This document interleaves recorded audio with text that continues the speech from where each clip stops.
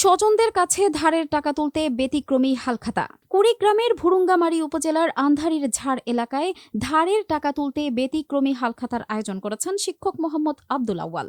স্বজনদের কাছ থেকে ধার দেওয়া টাকা ফেরত পেতে তিনি নিজেই হালখাতার চিঠি পাঠান, যা দেখে অবাক হয়েছেন অনেকে। শুক্রবার 12 জানুয়ারি বিকেলে স্থানীয় একটি দোকানে আয়োজন করা হয় হালখাতার অনুষ্ঠান। দোকানটি রঙিন কাগজ দিয়ে সাজানো হয়, সামনে ব্যানার টাঙানো হয় শুভ হালখাতা লেখা। টাকা পরিশোধ করতে আসা ব্যক্তিদের জন্য ছিল বিরিয়ানির আয়োজন।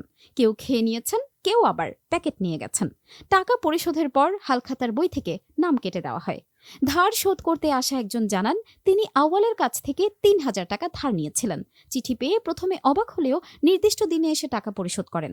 আরেকজন জানান, মেয়ের স্কুল ভর্তি বাবদ নেওয়া ৬,০০০ টাকা তিনি হালখাতায় পরিশোধ করেছেন। শিক্ষক আব্দুল আউয়াল জানান, দীর্ঘদিন টাকা না পেয়ে তিনি ৩৯ জন স্বজনের কাছে চিঠি পাঠান। এর মধ্যে অনেকেই পাওয়ার সঙ্গে সঙ্গে টাকা পরিশোধ করেন।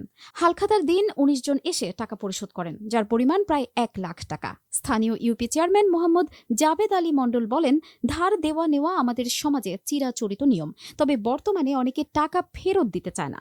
এজন্য এ ধরনের ব্যতিক্রমী উদ্যোগ সত্যি চমকপ্রদ।